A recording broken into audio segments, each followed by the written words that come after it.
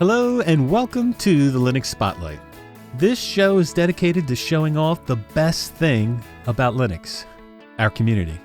This community is made up of developers, distro maintainers, YouTubers, and everyday users. Each one plays a vital role in our community, and the goal is to have a discussion with each individual about their journey into Linux and beyond. So join me now as we turn the spotlight on.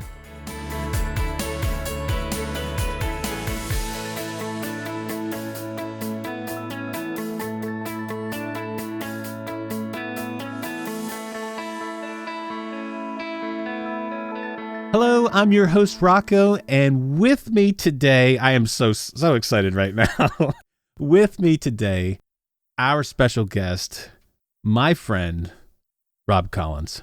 Hello, Rocco. Rob, how you doing, brother? Oh, doing great, Rocco. This is so cool. I was so looking forward to this. I was in Chicago last week where it was 7 degrees. That's without wind chill. And I'm thinking the whole time, man, I got to get back. Looking forward to doing this with Rocco. How you been?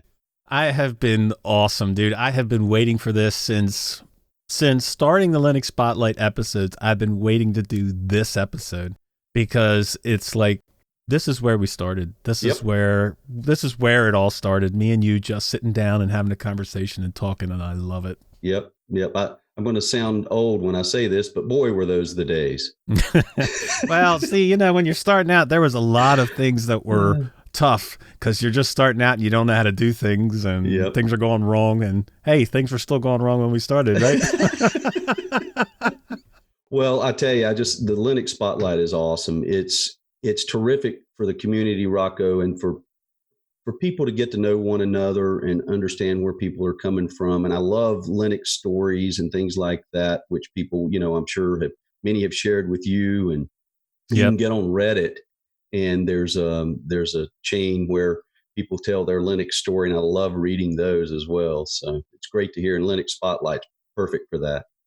Well, it started out just trying to catalog people's history, having one place to go to say, if you want to know about somebody's Linux history, go here to the Linux Spotlight. But as I'm doing these interviews, there are so many awesome people in our community. It's absolutely wonderful to get to talk to each one. Oh, yeah. I love it. Love what you're doing. So you can't stop. All right. So look, nobody needs to have an introduction to you for you. If you've watched this channel at all for any amount of time, you know that you started Destination Linux with me back in 2016. That's right. But the goal of this show is to tell people about the people behind the names. So who is Rob Collins personally? Well, Rocco, it started in 1583 on an Irish island potato farm. No, I'm kidding. Great grandpa O'Collin. Right. Immigrated. I'm a father of 3. I live in Western North Carolina, kind of towards the foothills of the Carolina Mountains. And I've been married for 26 years to an awesome lady, and live a pretty normal life. I've always been into technology.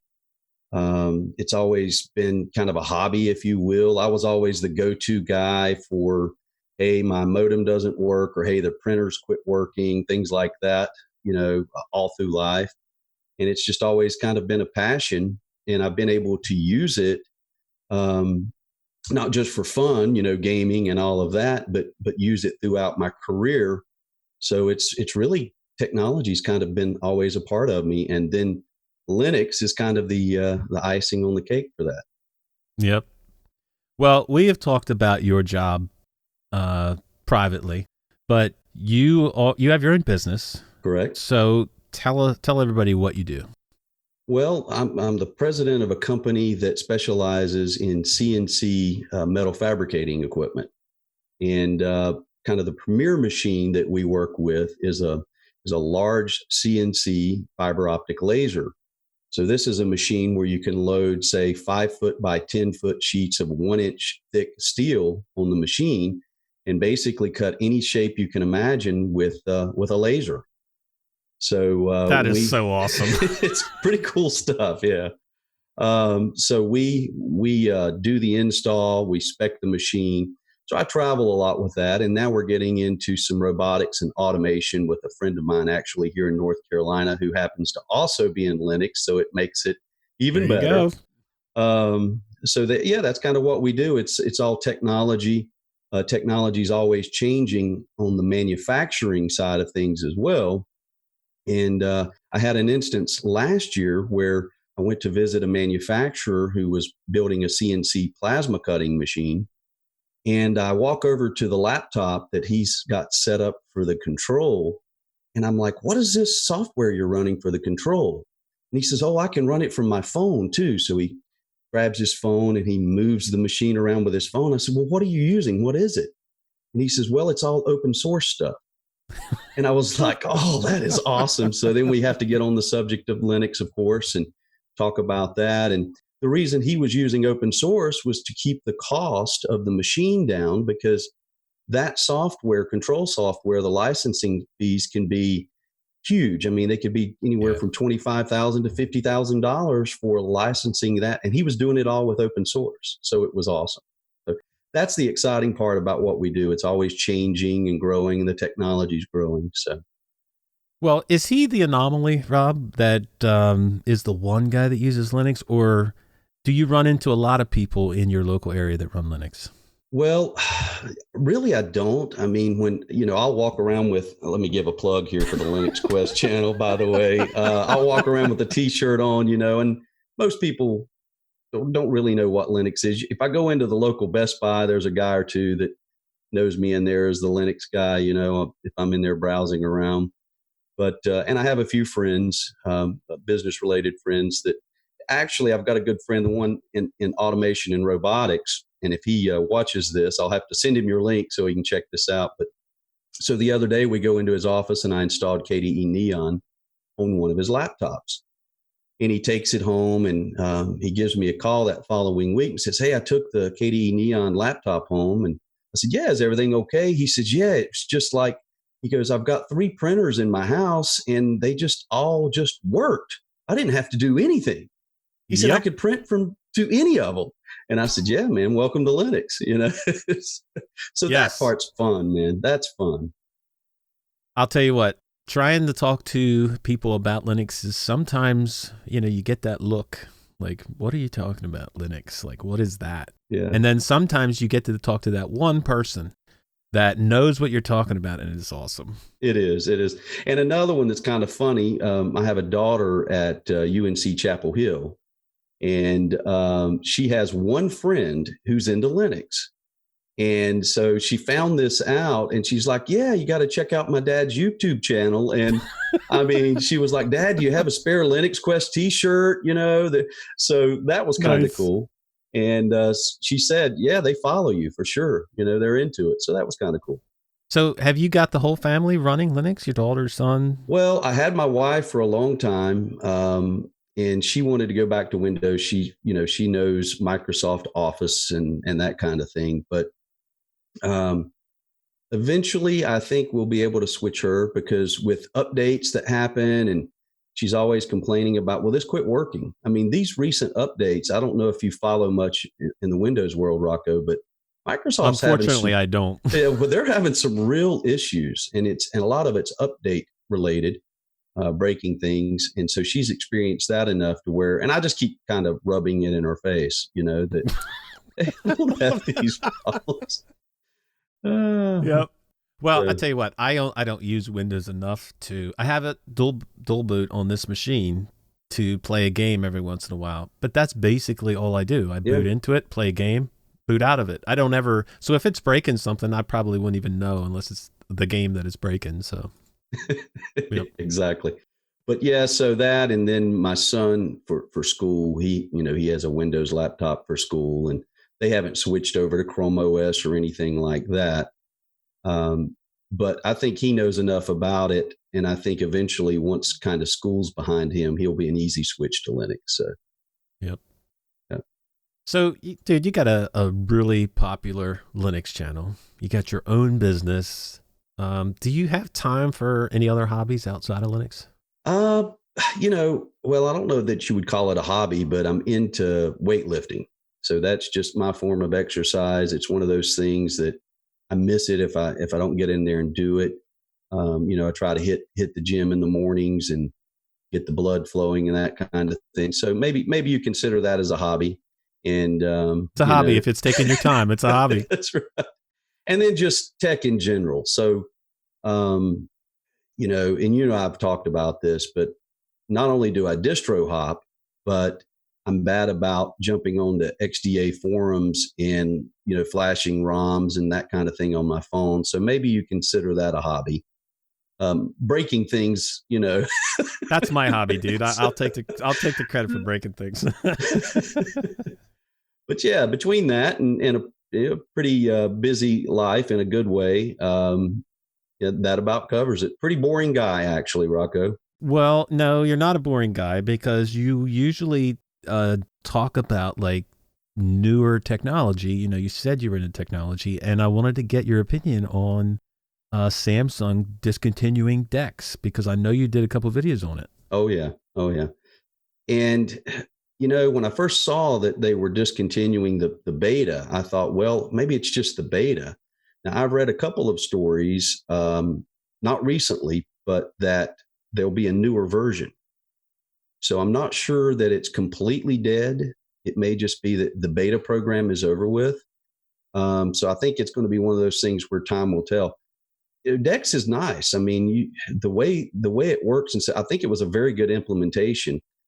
Honestly, I didn't use it as much as I thought that I would. It's like a lot of things that come our way where we go, oh, that's going to be so great, and then you just kind of find yourself, playing around with it, maybe trying to push it to the limit or make it work exactly the way you want it to work, and then you kind of fall back into your old workflow and routine.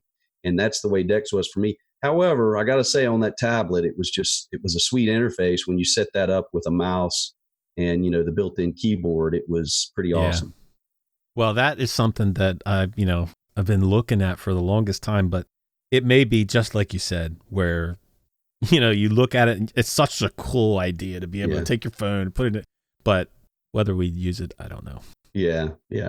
Eventually, all of this technology in the form of an OS that we see now, and you think we've got more choices now than ever. Okay. Um, and then if you get onto XDA developers website, you'll see that there's even more out there that maybe you've never heard of. Right. Operating systems for your phone like Selfish. I'll throw this in too. The Pine phone. Have you checked out the Pine phone? I just saw that they went open for like the pre-developer Yep. orders. So yeah, they're definitely looking for it. I almost ordered yesterday because I'd love to get KDE on there just to play around with. Yep. And then I thought, well, let me give it maybe a week or two just to see what the feedback is. If the phone's catching fire and burning someone's house down, I'm probably not going to order it. But there may be some bugs in that. That they're really good at being upfront though and saying these aren't for everybody. These are just for people who are really serious about just checking it out. That's it's a developer pre-version. So yeah, on the website they're very, very upfront about that, and that's let's face it, that's what we'd use it for. We'd put Ubuntu Touch on there. We'd put KDE on there, maybe Selfish OS on there. See how it all works. See just what we're doing right here, going down the rabbit holes and just talking. We got to back up, dude. We got to back up. Okay. Sorry. Where did you start out with computers? Like, what was the first computer you touched? Oh gosh, that was I can't remember exactly the year. It was early 90s, I will say. My girlfriend, then wife now's mother, owned an accounting business. And that was I walk into her office for the first time, and there was an IBM computer there, maybe an Amiga. And so I sat down, and someone was there upgrading Windows to like 3.0.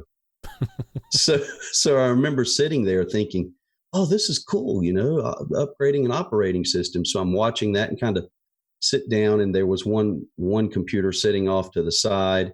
And so I started messing around, and you know how it is, you explore to see what this does and what that does.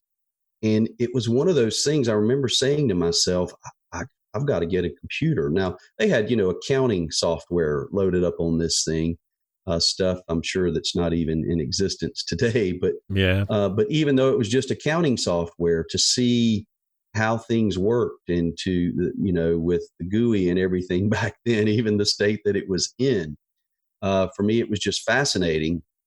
And there were these things back then, Rocco, called magazines. And you would go, I don't know if we know what they are anymore, dude. you would go buy one, and it had all this computer related stuff in it. And so after seeing that and just thinking, wow, that's really cool, I want to learn more about this. So I went out and purchased my first like Computing Today or Computing magazine, and just kind of started reading about everything computer, and was just hooked from there. And then later on, purchased my first PC, which was a Packard Bell. Nice. Do you remember Packard Bell? I didn't start using computers then, but yes, I do remember 'em. Okay. And it was the slowest, like just worst computer. I remember thinking to myself, God, this is not as good as, the first computer I saw. But anyway, with that, kind of was able to get into the world of gaming, Right. and then that really lit a fire. Once you start getting into Doom or Wolfenstein or Stein, however you say it. Back then, you had a lot of first person games, Mm-hmm. your Quakes and your Dooms and everything. And that really launched my interest. And that got me more into the computer hardware side of things, because if you're gaming, what do you want, right? You want a faster video card. I'll never forget, and stop me if I'm just drumming on too long here, Rocco. Do it, brother. Do it. I will never forget researching and finding out about a shotgun modem. Okay. Because bandwidth was everything. This was pre-cable days. Okay. Mm-hmm. Everybody's like, there's somebody watching now saying, what is this guy talking about? Modem, But back then, this was pre-broadband internet days. And so I was fortunate enough to have a business phone line set up where my computer was set up back then. And so I had an extra line, which meant you can buy a modem it's two modems on one board. So you plug in two phone lines, and you were just doubling your bandwidth that way. Right. So thus the shotgun, approach. And, I remember getting that all set up and getting the drivers loaded. And it was like, oh, it couldn't get any better than this. I think it was dual 56K modems. And I was like calling people like, oh, you won't believe how quick this is. It was crazy. Those were the days. Those were the days. Those are the days I wouldn't want to go back to, but those were the days. So you get this computer, you're doing this modem stuff to get a faster connection, you're gaming. Where is it that you hear about Linux? So again, back to the magazines. It didn't take me long, because I'm someone who, once I'm into something as a hobby, I just want to learn every detail I can. And I had a friend who, I was living in Virginia at the time, who was huge into gaming. This guy had a collection of games unlike I had ever seen before. And as soon as some new technology came out that, would up the game, he was on it. Okay. Mm-hmm. And so he kind of inspired me when it came to, how do I put this? Not necessarily totally legit copies of Windows that were tweaked. Yeah, I know what you're talking about. Go ahead. So we kind of started getting into that, and a little bit of hacking and things, and stripped down versions and copies of the Windows operating system. And a lot of this was just focused towards trying to get optimum drivers and things for gaming. I mean, it was all so gaming focused at the time. And so along with that, he brought up Linux one day, and I want to say this was, I'm going to say 95, maybe 96. And so I go and purchase Computing Today or one of those computer magazines, and stuck to the back of it was a Mandriva Linux disk, or was it Mandrake then? I'd have to go back and see. Yeah. But and so I couldn't wait. I'm like, another OS. Now that wasn't for gaming purposes. It was just that by then I was kind of bored with Windows, because when you get into tweaking and hacking and doing everything you can with your operating system, at some point with Windows, you're kind of done. Yeah. There's a cutoff that you just can't do no more. Yeah, exactly. And so had reached that threshold, and I'm like, okay, what's next?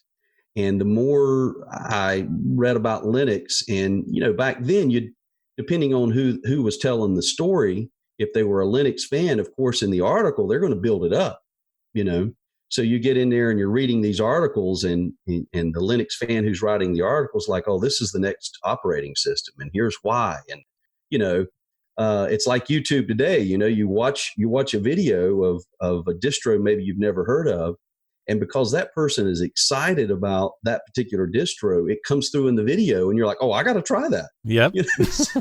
That's a symptom of distro hepatitis there, Rob. That's right. Which it's no cure. I'm just telling you, there's no cure. We've been trying to find a cure for the longest time, but it ain't happening. So that got me started. And then I think after that was SUSE or SUSE. Which, and back then it was such a struggle. You could get the system to halfway work, and I'd always get hung up on either Wi-Fi drivers, or modem drivers. So there'd be a driver that I just couldn't get it to work. Right. And so after probably a solid year of really experimenting with Linux, on the gaming side, I never left Windows because of the gaming side. Mm-hmm. And so that was probably it. And then when Windows ME came out, the stellar operating system that was. Yes, that's right. That didn't last long, and that caused me to kind of take a look again, at Linux. And then the one that really did it for me was, oh gosh, I'm drawing a blank now, Rocco. It was pre-XP. Or I'm sorry, it was pre 7. So you're talking about Vista? Vista. How could you forget Vista, the lovely OS it was? It was easily forgettable. Honestly, Vista wasn't that bad for me. Like, using it, well, no, I shouldn't say that. I liked it. It's just that there were so many hardware problems and so many software problems. It was Yeah, and they were, I mean, I remember one weekend I was on a retreat with the family, and I didn't do anything the entire weekend but wipe Vista off of the system and start trying my best to get Linux to work on this laptop. And for the most part was successful, and just, was in there in the room, and my wife's like, hey, you need to come on out. We're going to go do this, blah, blah, blah. And I'm like, yeah, just a minute. And, 4 hours later, okay, I got the sound card working, that kind of thing. But that was the one that really kind of drove me over the edge. And I'll admit, then Windows 7 came along. And so I was like, okay, now we're back to something that is a decent OS. And for me, to this day, I think Windows 7 was their best ever. It was definitely solid. Yeah. So that kind of pulled me back to Windows, but I still continued to experiment with Linux. So, Rob, if you had, you were telling somebody about your experience in Linux then, you mentioned the Wi-Fi drivers and stuff. What would be the one worst thing about it then and the best thing about it then? Well, I think then for me personally, and if I was telling someone, it would be the fact that here is a group of operating systems that allow you to totally be outside the realm of a commercial want to lock you in. This is the way we do it, operating system. And everything about it for me back then was so incredibly exciting. Because in my mind, once you start to see how it works and you understand the fundamentals and you understand what's going on with the entire community and everything, then it just kind of builds that excitement because you're like, hey, I'm a part of something different here. And not just because it's different, but because this can be something that could be used in so many ways. Back then, aside from the gaming side of things, but it was just for the sheer opportunity that was in place for what could come, right? What it could be. That was the part for me. And then just so much to explore. Back then you had the GNOME desktop, you had KDE. And once you got a taste of how configurable and how you could set things up, and I've always been into the theming side of things, and the workflow and everything was different. Mm-hmm. Just all of that was so exciting, but really limited opportunity to share that with people.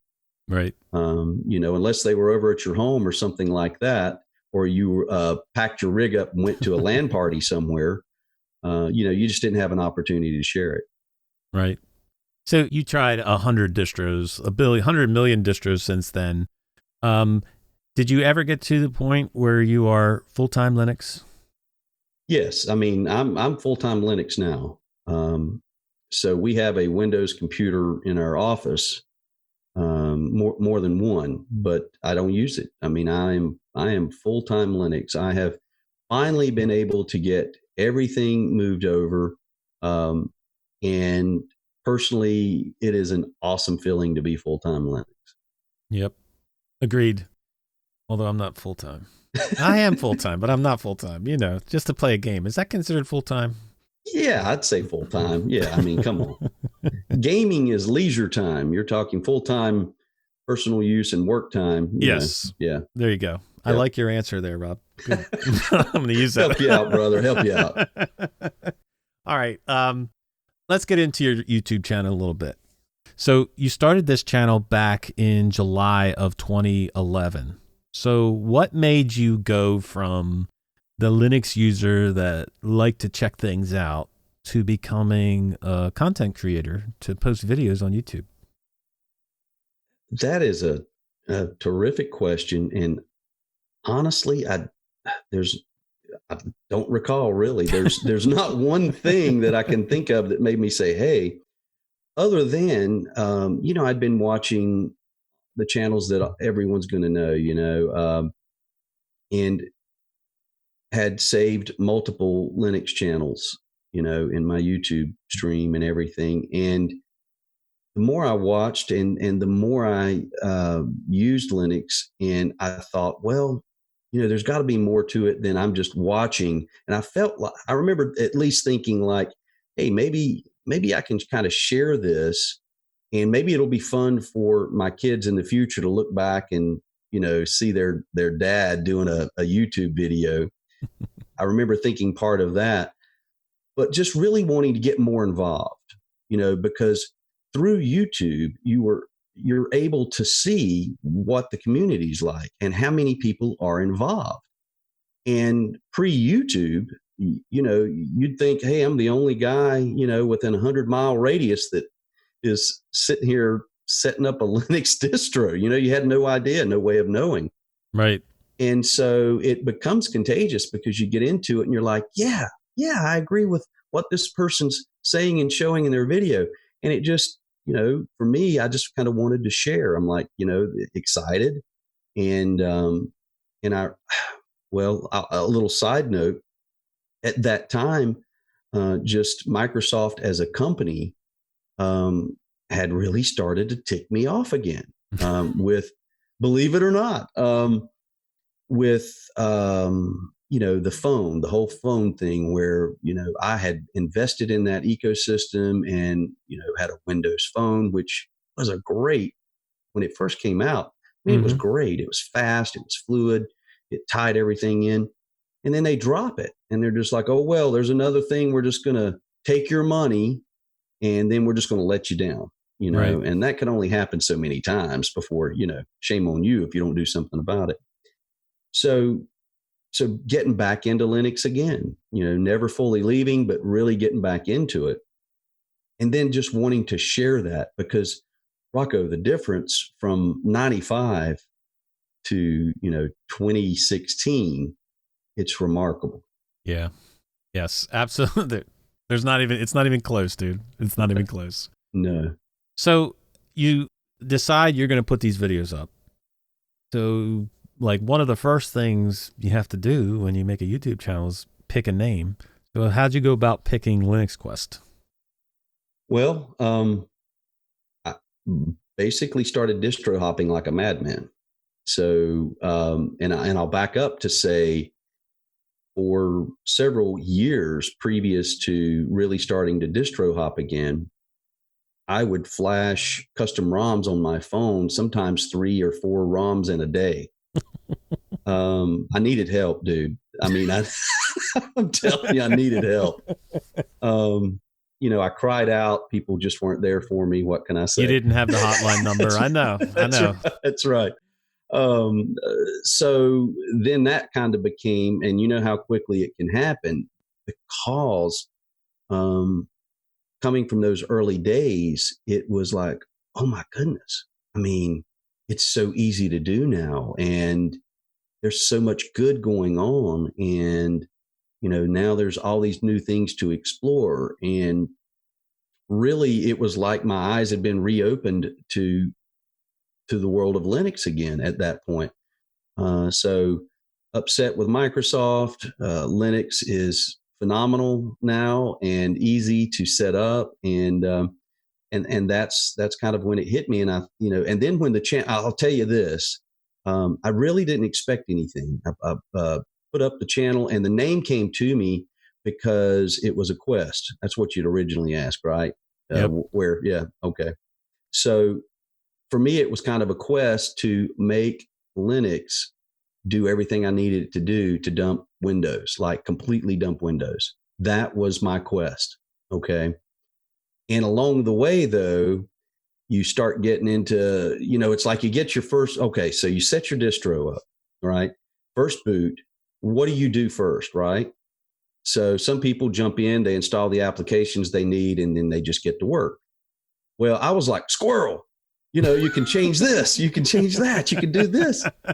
And so, and then I'd get 3/4 of the way through getting everything set up and trying to figure out workflow. Is this going to be it? And I'm like, okay, no, dump that. Let's go on. Let's move over here to chaos. Let's try chaos. No, then you start communicating with other people, and they're like, oh, have you tried Ubuntu? And you're like, yeah, no, but I'm trying it, now. So you wipe this. Now you mention it. So for me, it was really a quest. And it was, hey, Linux Quest. And I thought maybe that's catchy enough. So that, I think, too, the name helped the channel grow because there's Linux in the name. Yep. And I got to go back to something. When I posted that first video, I was just blown away. And I remember checking that evening before bed, and your wife said, well, what is all that? And I said, these are people commenting on the video. And it was just so cool. It was so amazing to me, Well, look, dude, you have made a ton of videos, and you have made a video on pretty much every distribution out there known to man. But you made a video recently it was a specific video called A Linux Story. And it brought up you started out by bringing up the fact that you were looking over Reddit, and people are, not as nice as they should be to new people. But then you tied it all together with a story that you came across, a very uplifting, heartwarming story about a guy who was a kid at the time. He was telling his Linux story, and well, I'll let you tell it. So no, you were doing great. Keep going. You were doing great. Anyway, the short of it is, this kid started out in computers and in Linux because he wanted to make games. That's right. And his, I think I believe it was his uncle or somebody came over from America and ended up giving him a computer and a book to learn coding Yep. and saying, here, if you want a game, you better get started. And today he's a developer and he does create games. And I thought it was awesome. So tell us about this video, dude. Yeah, it inspired me. And, you know, we all have our subjects that we follow and we read. And obviously, you and I read a lot of Linux information. And I had found this on Reddit where people were sharing their Linux stories. And his story completely moved me because it illustrates how an open source free operating system totally changed this guy's life. Had he, at the time, the way I read it, they were poor, you know, and his ability to go out and buy a system or upgrade to an expensive operating system, it wasn't there. And Linux opened up things and capabilities for him that allowed him to hone his skills in.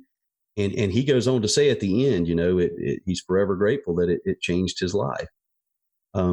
That's powerful. And he was obviously someone that was grateful and just felt like, you know, it would be good to share that. And so it really touched me. And you go from, you know, reading where some guy's being a jerk, you know, to somebody saying, you know, read the manual or whatever, to hearing that. And it was just inspiring. And I thought, you know, this would be great to share. Because you never know when you're doing a video, Rocco, you never know what kind of remarks you're going to get, right?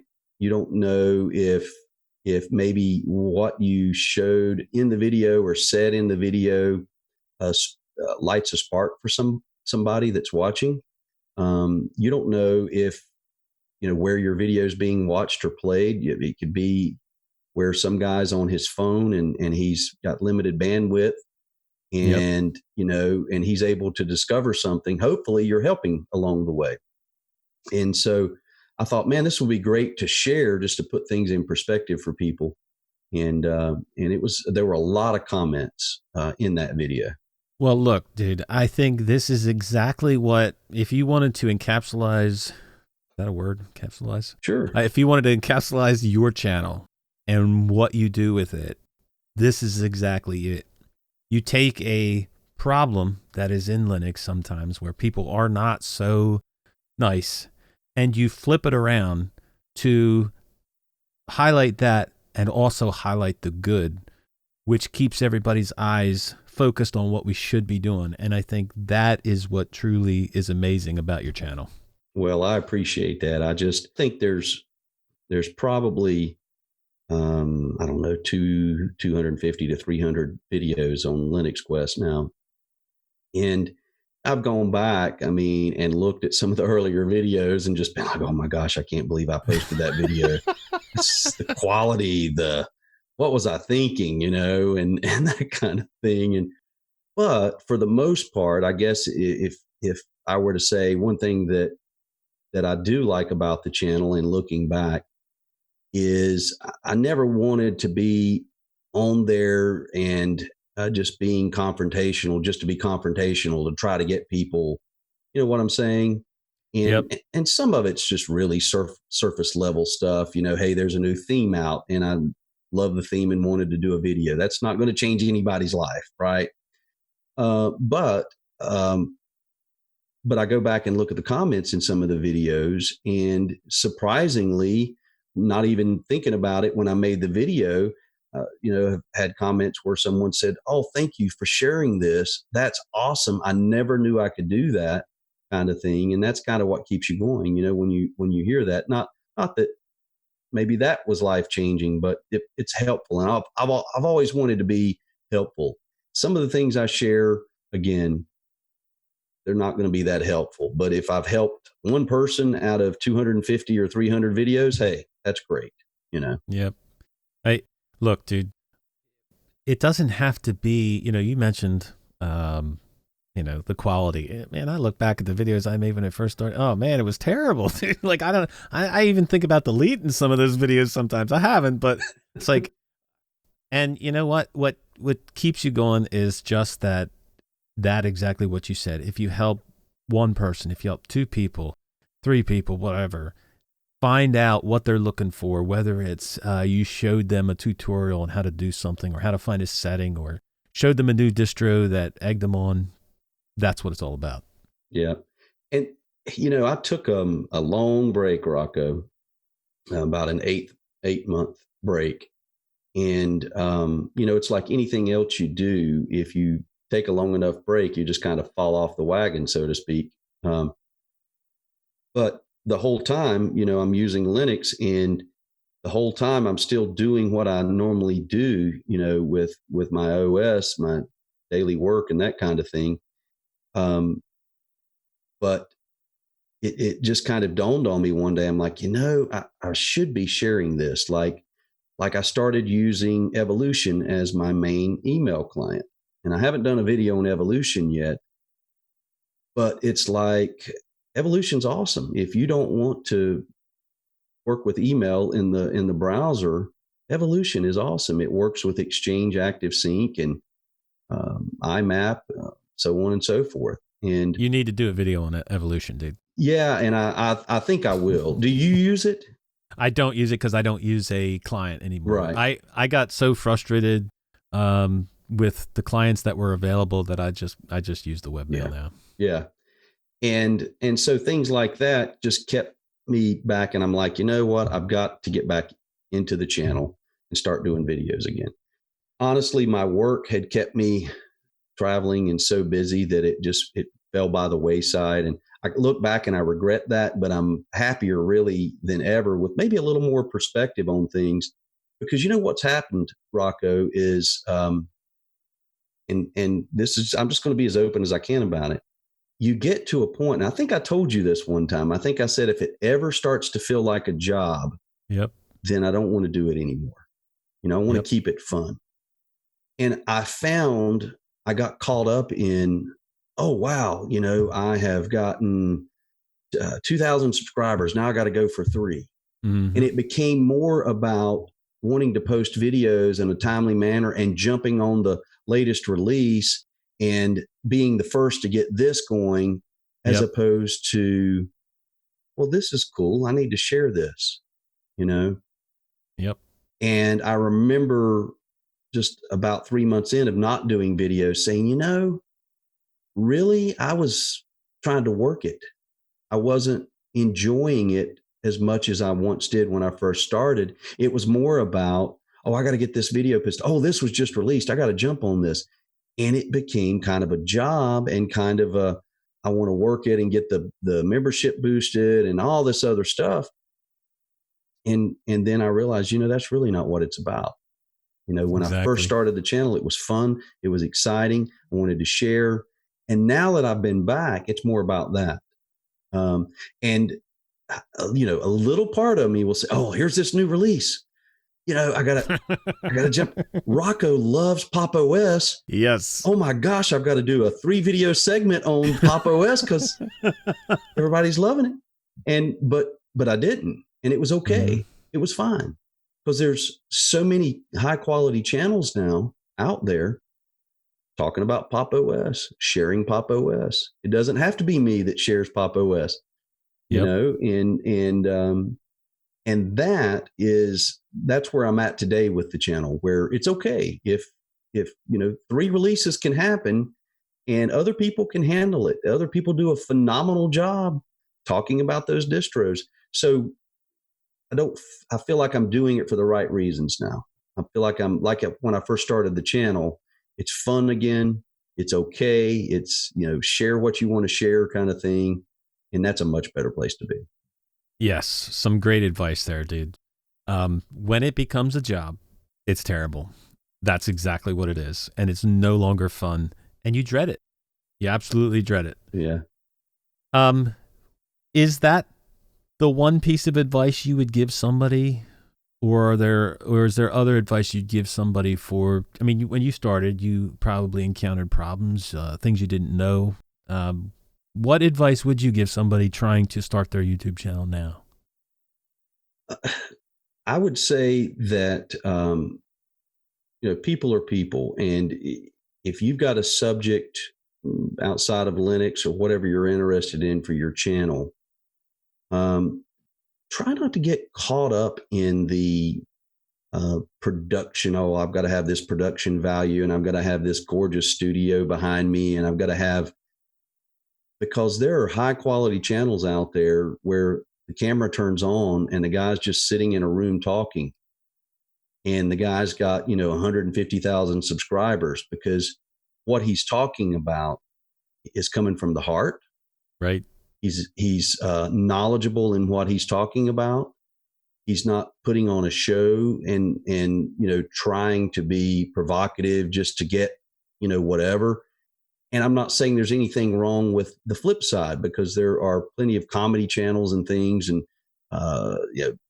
stuff that's what they are about. I'm not saying that's wrong. I'm just saying, from my perspective, try not to get too caught up in that, and don't get caught up in being perfect, because people are people. We all make mistakes, and just kind of focus on what it is that you're wanting to get across. And eventually, if you need to add in studio or add in whatever, that's okay. There's not a thing wrong with that. But just kind of be true to your subject, be true to yourself, and the subscribers will come, because it'll come through. It'll come through. Yep. You can tell when people are honest and upfront with everything rather than being or putting on a show when they're in front of the camera. Yeah, that's some awesome advice. So, Rob, do you have a favorite video that you made on your channel? Well, most recently, my favorite is one, and I want to say it's just 2 weeks old, on KDE Neon. That's my pick for 2019. And then there's another one, Rocco, that is definitely my favorite, and it involves you, brother, and it's you and I talking about XFCE, the GNOME desktop, and KDE. And the video is just a slideshow of the different desktops. Do you remember that video? Yes, I do.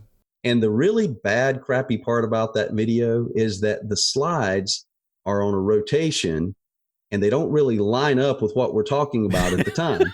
They didn't. But that was okay, because it was so fun making it. It was great. And it was just like we are right now, Rocco, where we were just back and forth discussing what we like and dislike about each of the desktop environments. And that's the kind of thing that is a blast to do. And if you go back and you look, I mean, it's had a lot of views and a lot of comments, and there's plenty of comments where people say, I'm confused because you're talking about GNOME and the slide that's showing is KDE. And oh man. But that was either the first or one of the first videos that me and you made together. Yeah. We did make one or two other ones together, and then we decided to do something regular together. Yes. So back in, was it 2016? Yeah. You invited me on to, so when we started, it was just, I was watching your channel as a subscriber and loving it. And you just happened to invite me on to talk about Linux on a live stream. Yep. And dude, I was so nervous. I mean, like, I didn't show it. What are you talking about? I mean, that was terrible. I mean, that was just, I had some things I was saying was like, I watched this video again. I'm like, are you even coherent, dude? Like, this was terrible. Well, Rocco, so what you didn't know was you had done a couple videos on KDE. I mean, you were into KDE Plasma more than anybody I knew at that time. And you had sole focus. And what you didn't know was I was watching your videos, thinking, man, this guy, he is really getting into the details. And man, I was impressed with it. So, well, the only reason that I did those videos was because there was no videos like that. Nope. There was no KDE videos telling you what settings.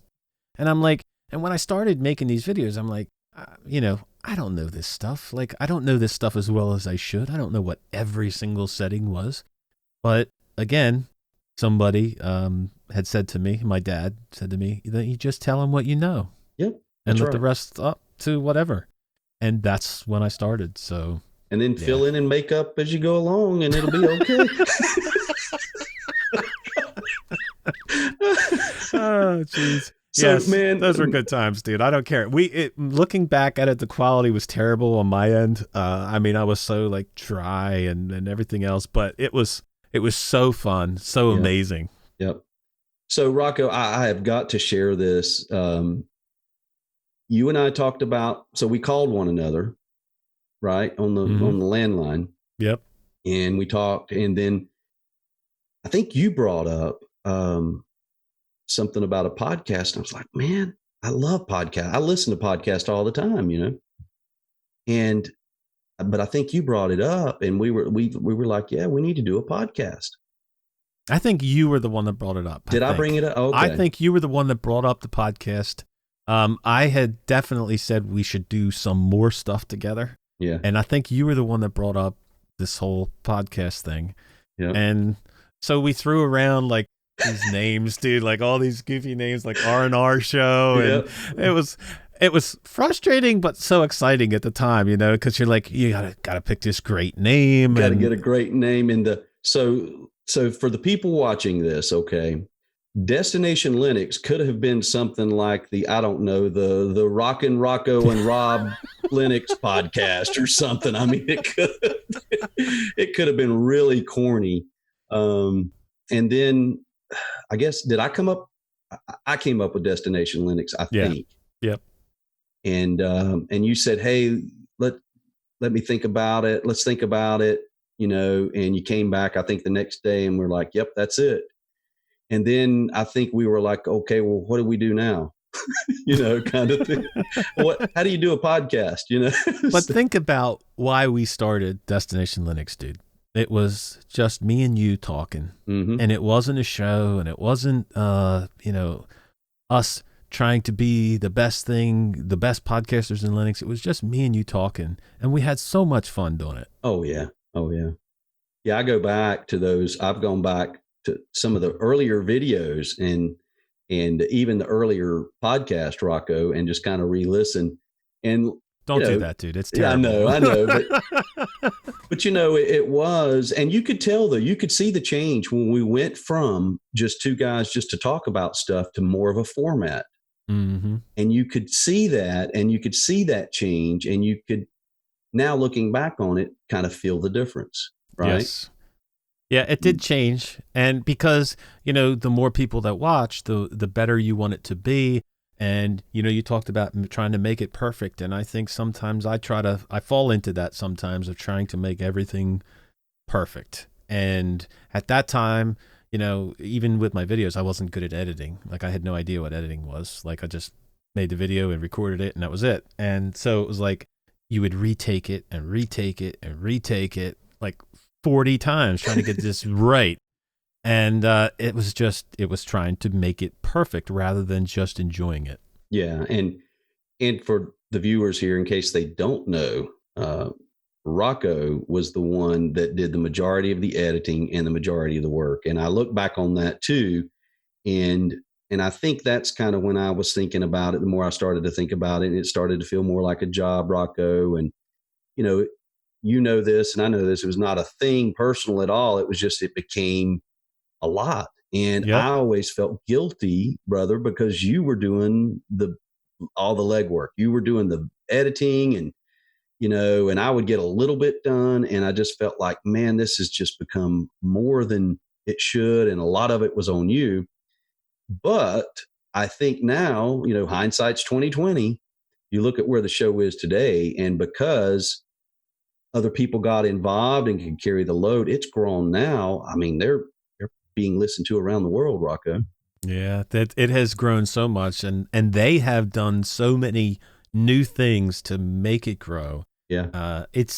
I can't imagine the tremendous amount of work that they put in. Oh, yeah. I mean, because I know how much work it was when it was me and you, and then So I can't imagine the amount of work that they put into it, but it's a fantastic show. It is. We recorded the first Destination Linux in December of 2016, but it didn't release, I don't think, until January 5th of 2017. So we're in there talking, we're saying, Merry Christmas and all this stuff. It's like January. That's right. We live in a far away land where Christmas is celebrated at a different time. And but yeah, so you see where that's grown, and who knows? I mean, I hope they don't ever stop. It's been great. Yep. And I see the level they're at now, and boy, am I glad they're doing it and I'm not involved, because man, you ain't lying. Oh my goodness. But I still think, I don't know, the Rockin' Rocco and Rob Lennox show could have been, I mean, that could have been something, Rocco. The Rob and Rocco show. Yeah, that would have been good. Yeah. Maybe someday. Oh. All right. So let's get back to Linux. What is your, okay, so you install a machine, you sometimes once in a while install a new distro, right? Right. What is the software that you install that you need to get yourself set up on to start running it? So, fresh install, I will go for 2 Office suites, which will be LibreOffice, because the latest version of LibreOffice, I mean, they're getting there, man. They're really getting there. Yep. That and FreeOffice. And that FreeOffice, I think many viewers will know the name more from recent news, where FreeOffice is now an option when you install Manjaro. Yes. And that is a really nice Office suite. So those 2 will get installed. Evolution, and I have switched totally to Firefox, by the way. Really? So I've got Firefox connected on everything, and that's typically pre-installed on most distros. So you don't have to install anything there typically. Of course, Kdenlive is always going to be installed. Either VocoScreen or Simple Screen Recorder, for the channel. And then I have made a switch over, so my cloud drive is pCloud. I do have an account at pCloud, yes. Yep. So pCloud will go on there. And one of the nice things, I'm going to give them a quick plug here. One of the nice things about pCloud is every so often they'll give you an option to purchase a lifetime subscription for one price. And I latched on to that. They had a special going. And so I'm just not a huge fan of this business model of, give me $45 every month for the rest of your life. Yes. It bothers me. And, but with pCloud, you do have an option to pay one time and then have that for life, or, as long as they're in business, which hopefully let's hope you're gambling there. But pCloud is awesome. It's great. And they continually update their Linux version. So that'll go on there. I mentioned Evolution email earlier. And so Evolution will go on there. And then there's one game that I always put on there, Rocco. Now, I am no longer really a gamer. Mm-hmm. For one thing, I just don't have the time. All right, I'm going to admit something here. So when I was really into gaming, and I'm talking about back when the heyday was, Quake 3, Quake Arena, Unreal Tournament, Half-Life. I don't know if you ever played Half-Life. Oh, what a game. I did. Yeah. Oh, yeah. I remember when I first started playing Half-Life thinking, it cannot get any better than this. This is like the ultimate. But back in those days, it killed me. So I'm not proud to admit this, but I have gone through numerous keyboards and mice from where, I lose a match and they just have to be bashed in a million pieces. I mean, that's just so not proud of that, but that's the way it was back then. Okay. And, but today I just, from time, because if it's a game I'm going to play, I want to be good at it. Right. I want to be like into it and good. And I just don't have the time for that. But there's one game that always goes on. And this is a game that I played when it first came out. And I don't know if that was 2000 or when it was, but I've always been huge into real-time strategy games. So I was, every Command and Conquer game that came out, man, I was on it. Warzone 2100.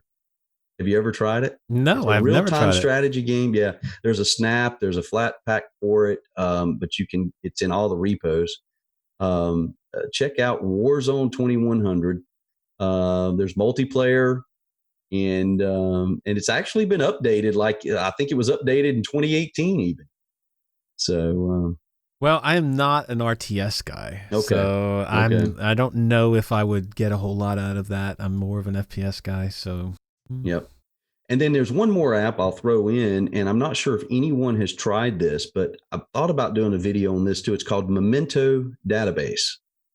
What is Familiar with that? that? Okay, No. so it is a database builder, but it allows you to easily go in and create various databases for whatever use. Let's say you wanted to collect a database of movies, for example. Right. You could go in and build this database. Very easy. They have a native Linux app. They have a Android app. It works on a Mac, but it doesn't work on the iPhone. So for whatever reason, that's the only app, and it's of course native to Windows as well.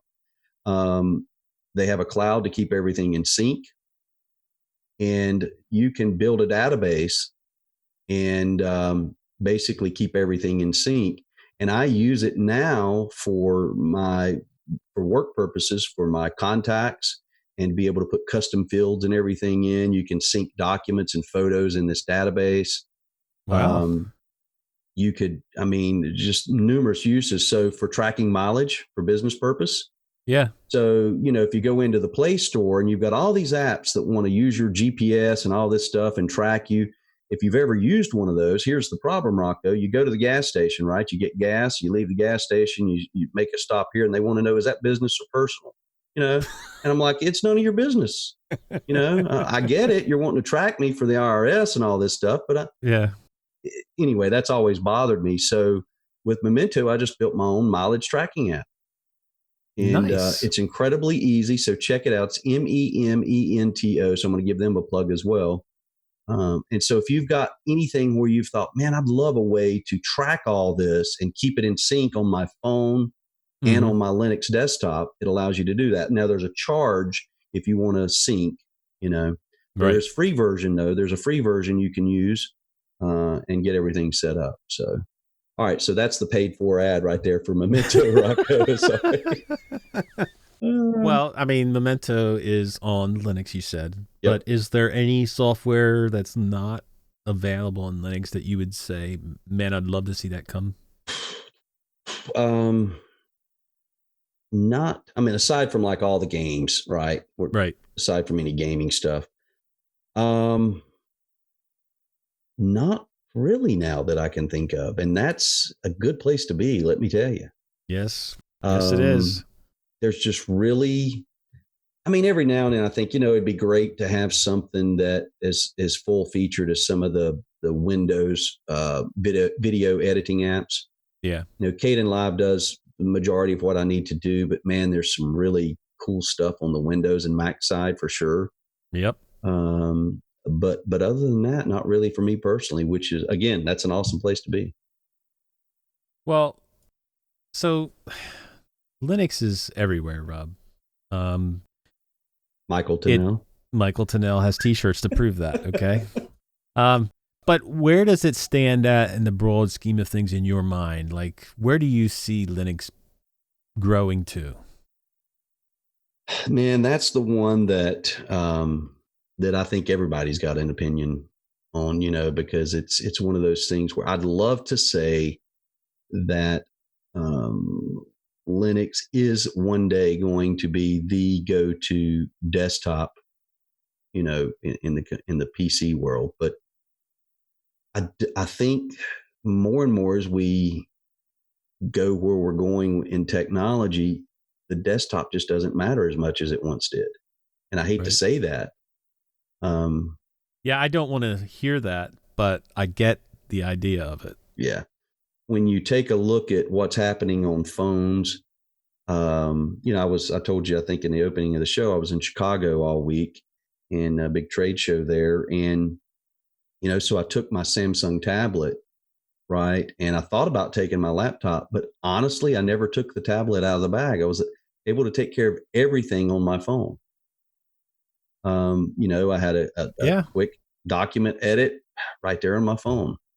Cloud Drive is there to pull down any documents I need, your email, it's all right there. And, let's face it, there are some things that you're just not going to be able to do on your phone. And there are some things that are just always better to do on your desktop, but it's just not as relevant as it used to be. And I think the iPad and the Galaxy tabs, but more so the iPad is a big force behind that. You used to 10 years ago, if you went into a Panera Bread or somewhere with Wi-Fi, you'd look around and they were Mac laptops and Windows laptops everywhere, right? Right. Everybody's connected, working from the desktop. Now you go in and it's an iPad 9 times out of 10, or just a phone. Yep. But I would love to see more people experience the Linux desktop. Now, Linux is everywhere. When you talk about Linux, the Linux kernel on your phone, if you're an Android user, tablets, kiosk, and things like that around the world. But there's something else that I never saw coming that's starting to happen, Rocco. And what's that? That's Windows, Microsoft getting more involved on the Linux side. Yep. You would have never believed it years ago that Microsoft would kind of, and there are still some debate of whether it's an honest turnaround and whatnot, but for the most, for on the surface level, you'd have never expected years ago for Microsoft to do anything related to Linux and be open and friendly about it. No, not at all. And I've even read a few articles where I just, that'll be the day, I guess, is that Microsoft will switch over to a Linux kernel. I'm telling you, I made that prediction this past year that this year, and we still got a month and a half left, that Microsoft will release a Linux-based operating system. So I still got a month and a half left. Could you imagine, though? I mean, how changing that would be? It would be awesome. It would be awesome. And I know that that comment that I just made is going to make some people upset. Yeah, because here comes the hate, because it wouldn't be awesome for Microsoft. But think about for a minute the fact that the biggest operating system in the world would be using a Linux-based kernel. Absolutely. Yeah, it would be huge. But would that change anything for you? So probably not, dude. Probably not for me either. I mean, I'm so happy where I am in a complete Linux OS world. It wouldn't make me want to run Windows anymore. No, you know what I mean? Like, no. Do you think that we'll see the day where Microsoft, and this is one area where maybe I would change some things. So let's face it, in the business world, Microsoft Office rules, right? Yep. But Microsoft has gone to a subscription base, and I foresee that one day they'll do that with Windows. We're here for $49.95, whatever, $15 a month. You get Windows and you get this. Yep. Add another $20 and you get this. But if Microsoft says, "Hey, we're going to release Outlook and Microsoft Office for Linux," but you still have to subscribe and then you can install it, that might be tempting, because while the Office suites that I'm using now within Linux are phenomenal and getting better every day, it's still never perfect. Right. I'll open up a document with rich text and photos and things, and 3 photos will be out of place, and you got to figure out, okay, where is this supposed to be in this document, kind of thing. And so you do get some of that. And then, you can go back and see my previous videos. I'm probably one of, 30 people in the world who really, really likes Outlook. And I've always enjoyed using it on the business side. So that would be very tempting for me. I was always the Outlook Express guy. Okay. That's right.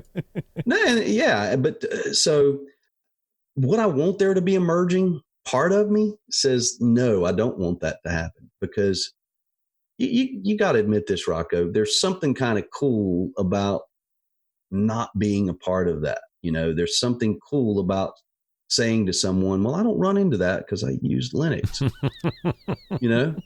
Yep.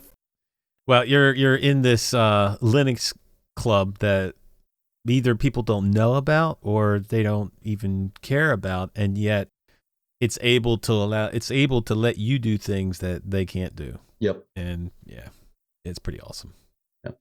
It's nice to feel special every now and then. So, Rob, you mentioned earlier about the Best Buy, and did you ever get to install Linux on any Best Buy computers? No, but man, I have thought about it. I'm like, oh, how cool that would be. Excuse me, Geek Squad. Could I check this out over here for just a few minutes, please? I need about 12 minutes. Yep, without you interrupting me. Without you coming by and asking me if I need anything. That's all I need. And can I get a larger monitor over here, please? Well, so looking at what you said or listening to what you've said, you don't seem to be, or well, I'll just ask you, are you that open source enthusiast guy where everything has to be open source? Or are you more on the pragmatic side where you use the best tool for the job? I think really today, come on, guys. Best tool for the job today. You see it happening, Rocco, whether you won't admit it or not, whether there's someone out there who's just, no, I'm holding on, I'm going to hold on to the last breath. And this is, you'll never get me to use licensed software. It's just, there's so much now that is cross-platform, and why come down on somebody if they want to use what works best for them? Well, that's the thing. I'm okay with somebody wanting to use free and open source software only for themselves. That's perfect. That's your choice. I mean, that's perfectly fine for you. Yeah. It gets goofy when you put that on other people where they have to they have to do the same thing as you. And that's where I tend to disagree. Well, let me ask you a question. Have you ever come across software that once you kind of get into it, you realize, wait a minute, they're charging $29.95, and this is free and open source software that they've relabeled, and maybe they've added a component here or there. Right. Does that bother you? It does. It actually doesn't bother me because I have that choice to go use that other software. So, and a lot of times that, you mentioned that it'll come with like a new feature or something. You just got to weigh the pros and cons of, do I need that feature or not? If I need that feature, I'll probably pay for it. Yeah. If I don't, man, let me use the free and open source stuff. Yep. Well, let me, and I know you typically ask questions on Linux Spotlight. That's okay. Go ahead. But so do you have a problem with, say, the elementary OS model where, they have it set up to make it much easier to donate or pay for an app? Well, I'll be honest with you. When it first came out, I wasn't when I first heard it, I'm like, that doesn't sound right. Wasn't a big fan of it. And then after reading about it and time goes by, you kind of get to the point where that doesn't bother me at all. I actually think it's a good thing because it's them putting themselves in a position where they can support themselves by doing it a certain way. And that's great. As long as you're honest and upfront about it, that's perfectly fine. Zorin does the same thing. They have a free version and they have the ultimate version where you pay for it. That's great. I love the fact that they're able to create a business out of this. And then on top of that, we will always feel that trickle down effect from them having a business and them developing it better and better and more features. Those features will trickle down into the free versions.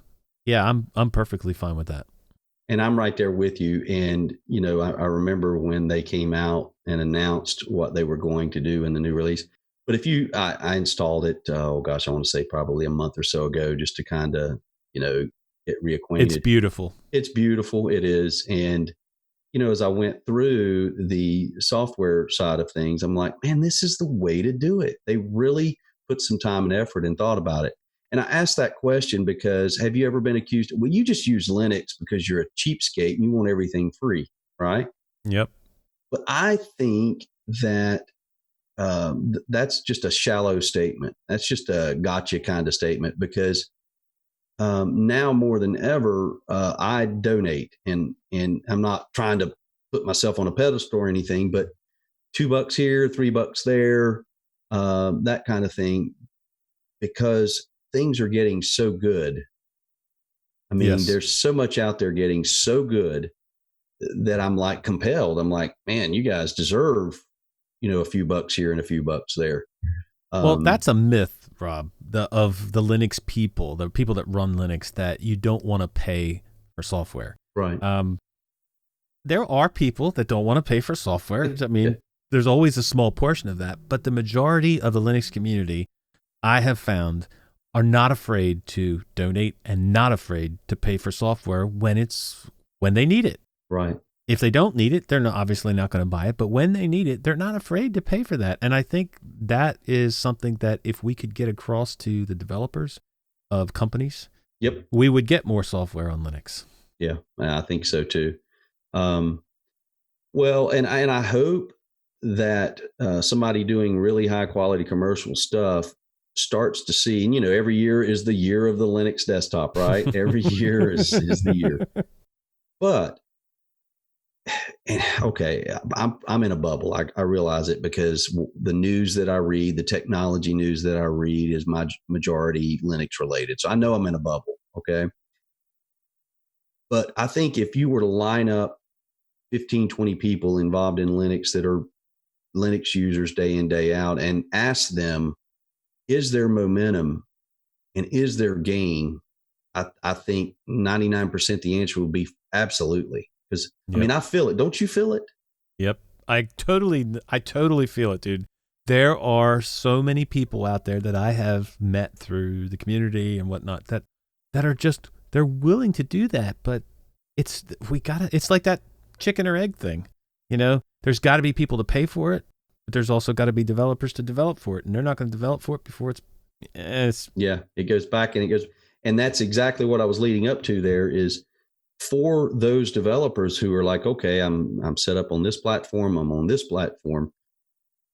If you're the one developer who happens to come across this video, please take a look at Linux. I mean, you're missing an audience there, and we're not all cheapskates who are like, we're never going to pay for software. Are you out of your mind? We're not all that way. Case in point, that's why I brought up elementary, is I went through and was looking, I'm like, okay, if I were to use this, what apps here would I like and benefit? And they were 2 or 3 that I just went ahead, knowing that I was going to distro hop in a week. It didn't matter. I still own them if I ever load back up, but just go through and pay them. Yep. Because they took the time to build something that could be of use in that OS. So I hope that we start to see that, because I think that's what it's going to take. You take a look at Photoshop or anything that Adobe does. There are a lot of people who, there's always that one, if yes, I could game. Gaming now, though, it's come a long way. It's come a long way. Yeah. We have so many choices now with games that it's not even funny. Now, yeah, there's still a certain section that are not, not able to run on Linux, but we have such a selection of games that we never had before. Yeah. So you got that piece of the puzzle now, and I think some of the game developers have finally caught on that, man, we're missing a market here. Yep. And so hopefully, these high quality software developers or software companies will start to see that as well. And that's kind of one of the selfish reasons I guess I have also in the channel. The more people you get, the more people who see it. I want to bring that along. Now, for the person who is, you're like, somewhere somebody is saying, look, you're causing more of a problem than you could ever realize, because you're having all these money grubbing companies get involved in Linux now, and it's going to ruin it for everyone. I just don't see that, but the tried and true, it's got to be free. It's got to be, completely open source. Otherwise you're the devil. I just, I don't have time for that personally. Well, Rob, what drives your passion for Linux? I mean, there's a ton of reasons to run Linux, but what drives your love for it? Now more than ever, and gosh, of all words to use, the freedom. Okay, how could I? Okay, so this will be the dumbest answer ever, probably, but if No, it's not. if like I could afford to go buy a self-contained, self-powered, solar-powered or whatever home in Montana on 500 acres of land to just kind of pull from the grid and not write a manifesto or anything. Okay, Right. I'm not talking about that, but yeah, but to kind of pull out commercially and not be, at some point you realize everything around you, you're in this system that is either trying to get information from you, use you as the product, or garner from you the reason we have ads that follow us around is if you type for hiking boots, for 3 months, you're going to get ads for hiking boots. You're going to get ads for hiking boots, That right there over time just becomes all right, really? I can handle a little bit of that, but it's just everywhere now. And when I'm running a Linux OS with Firefox with the right plugins and things set up, there's none of that. Right. And I use that analogy for the house that's alone, because if I wanted to be off of the grid and not be a part, pretty soon your power company is going to be sending you ads, right? With your power bill, because somehow they were able to find out through your Nest or whatever else you have connected to one of their outlets, and it sucked in that you one time said, I love macaroni. And so now there's a macaroni ad in your power bill, We laugh about it, but that's not far from the truth right now. It heard you mention sausage pizza, and now, you're getting it. But anyway, and it just, at some point, you start to realize that it's just gone too far. Yeah. And with the Linux operating system, the way things are set up and structured, and now too with browsers and other things that are available, you can kind of cut a large majority of that back. I just feel like now, I'll tell you this, out of the blue, one Saturday, I thought, well, I'll just install Windows and see what that's like. Because it's been a long time since I've just, run Windows. Right. Dude, it didn't last 3 hours. I'm serious. Wait, was that for the install or? No, it's just, yeah, exactly.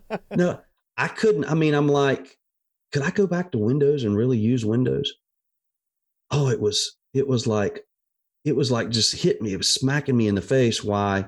All the reasons why I enjoy running what I run and configuring things the way I like them, and just going through and that whole process of installing it. And the whole time I'm thinking, man, the minute you launch in and you see, okay, if you consent to this or consent to that, or you've got to go in and uncheck this and make sure you uncheck that. And, unless you just love letting Cortana know what size underwear you wear, right? It was an eye opener. It really was. We have so many things watching us, listening to us. It's actually, it's almost like you tend to want to not think about it because there is so much of that. Do you have like an Amazon Echo or anything like that? No. See, I refuse to have that. Yep. Nope. It's just, that. Why would you invite that? Now, somewhere somebody's like, oh, I love mine. And I get that. I get the ease and everything of it. But, well, the technology itself is great. Yeah. But it's the tracking and all that stuff that goes with it is not great. Yep. Yep. So, and I just feel like that's where the Pine phone, I'll go back to the Pine phone. The Android has gotten worse and worse with every new version of Android. There's more apps in there that are going to suck your information and your data. Samsung, which I've always been a big fan of, now if you go into their version of their store, their ads and their things, and it just kind of, after a while, you see it coming, and it's more and more and more. And it's like they can't help themselves. They cannot help themselves. It's like, well, we could, but that's where then the Pine phone comes in, where you're running again Linux. And and they have put in like the privacy switches and all that stuff. So that's right. Yeah. Yeah. The hard kill. That's right. That's right. All right, Rob, you've done a ton of distros. You've installed them. You've obviously ran into problems when you installed them. Do you have something that you found where it ran into this big issue and you were able to solve it? The most recent would be Manjaro. So I installed Manjaro, and for whatever reason, the printer that I have, I could load up Ubuntu based, but and have no issues with the printer. But with Manjaro, I had some printer issues and was able to hop right into the forum and find a few things to do through the terminal and solve the problem. Nice. And that is another thing here, and I won't draw on too long here, Rocco, but that is another thing that I think is so much improved just over the last few years, that people are really eager to share now, and I think help more as opposed to read the blank manual. And that having that information out there from multiple sources is really what's needed, because let's face it, there's so much different hardware, so many variables. We kind of tend to make it easy. Oh, I just loaded up this distro and hey, all this stuff's just working phenomenal. And, and the poor soul with some real tech, whatever, board in something or card in something, and they're just, man, it's killing them, And so to have that information available from multiple sources presented in the right way, in the right light, is huge. Yep, it is. But the community has gotten so much better, dude. Yeah. For helping people. And I hope it just continues to get better. Yeah. Everybody has like different talents, dude. Some people are good at documentation. Some people are good at making videos. But if somebody was trying to get into Linux and to help out, what would you say the best way to do that would be? Well, obviously it's going to depend on, where their skill set is.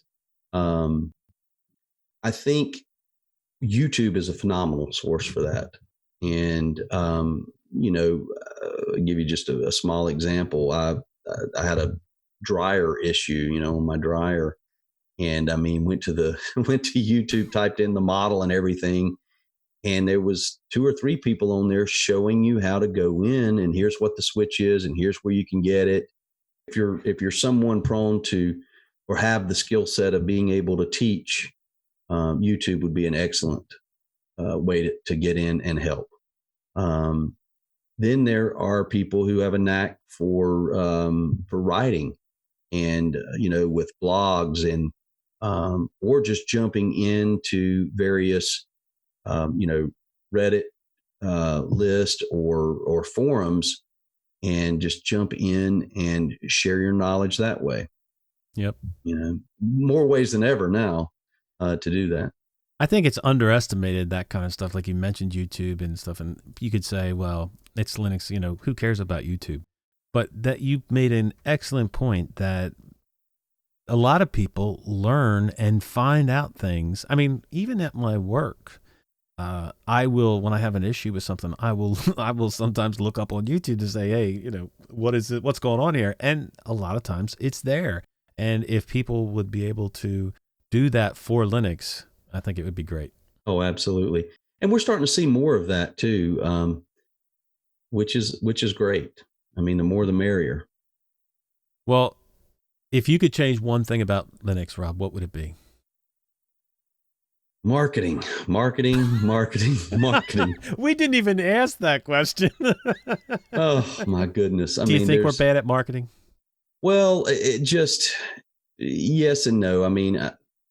It's an easy one to pick on, Mm-hmm. There's marketing for Windows, there's marketing for Apple. So how do you market Linux? Should Canonical and some of these other distros that have become companies, Manjaro and a few others come to mind, take some of these donations and, twice a year produce a Linux commercial. You've got a lot of talent in the Linux community that could lend a hand and keep the costs down. The expenses, your airtime, of course. And then, I guess if you step back from that and you say, okay, but who gains from that? How do you make money from that? Right. Right. Everyone who's doing a marketing campaign ad or whatever, there's a reason. And it's not just because, hey, we think this is cool and want to share it with you. It's, it's to make that money. So, but there should be something there in way of maybe just a website that you could go to that has not for any one particular distro or app or anything like that, but just kind of a place to go to understand from maybe with marketing involved, understand what Linux is, all the branches of Linux and that kind of thing.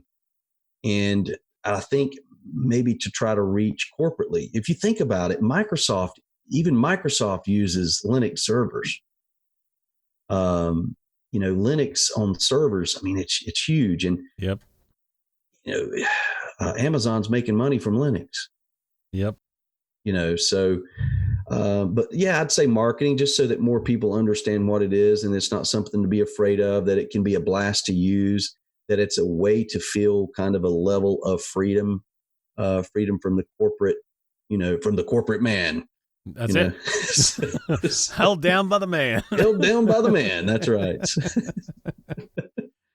Well, thinking back to the reasons that you started running Linux, do those still apply today? More so than ever. More so than ever. I'll tell you what really, really hit me. And I got to say this the right way. I'm not prone to want to offend anyone. But I got an email from Microsoft because I've used Office 365 for many, many years. And it was an email wanting me or encouraging me to celebrate a particular occasion that they felt was important. Okay. Right. And I'll just leave it at that. And it just really struck me wrong. I'm like, I'm paying you for a service.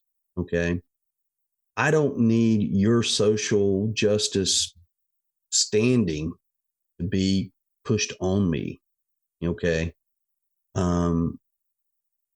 Whatever you feel like is important to you and your business, okay, that's great. But if I'm paying you for a service, right, I don't need that, right? And it really struck me the wrong way. And that's when it really just kind of solidified that Linux is definitely the way to go, because you might find a little bit of that. Okay, there might be a day when Linux Mint or whoever decides to start sending emails out to their users saying, help us support three-legged puppies in Zimbabwe. Okay. But that day isn't there yet. Right. And so that was kind of one of those things where it just really, I'm like, yeah, I'm happy to be on Linux. Yep. Is there anything else you want to share with people, dude? Oh, there's so much, Rocco, but you don't have the not time enough for time, it, brother. You don't. That was always the problem on the podcast. For those of you watching, Rocco would be he'd be rolling his eyes at me. But Rob, you got to breathe. Rob, stop talking now. You got to breathe.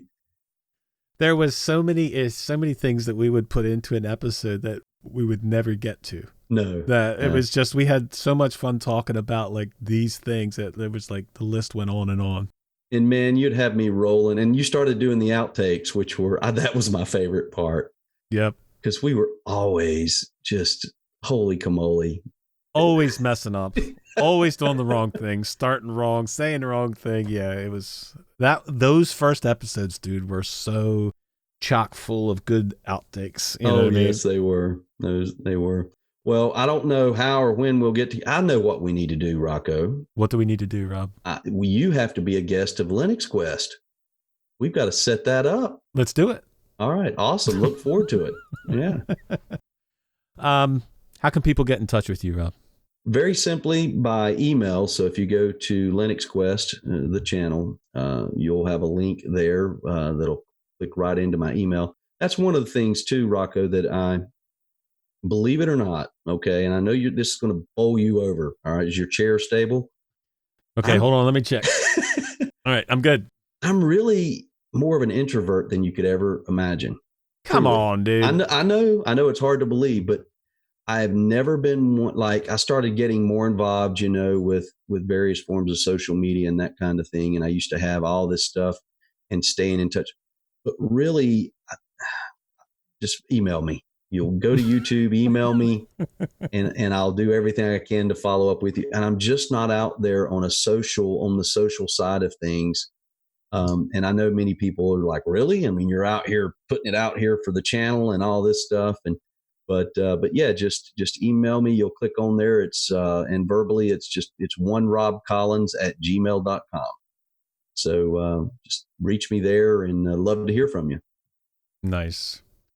Well, look, Rob, thank you so much for what you've done over the years and continue to do in the community from your channel. But I think more so, thank you so much for being the friend that you've been to me over the years. Yeah. I really appreciate that, man. Well, likewise, Rocco, continue on. You've been tremendous, and you've branched out, and don't stop, brother. Don't stop, and look forward to many, many more years of friendship for sure. There you go. Thanks, man, for joining me. Absolutely. See you, Rocco. Thank you all for joining us this week as we spotlight the best thing about Linux, our community. Until next time, long live Linux.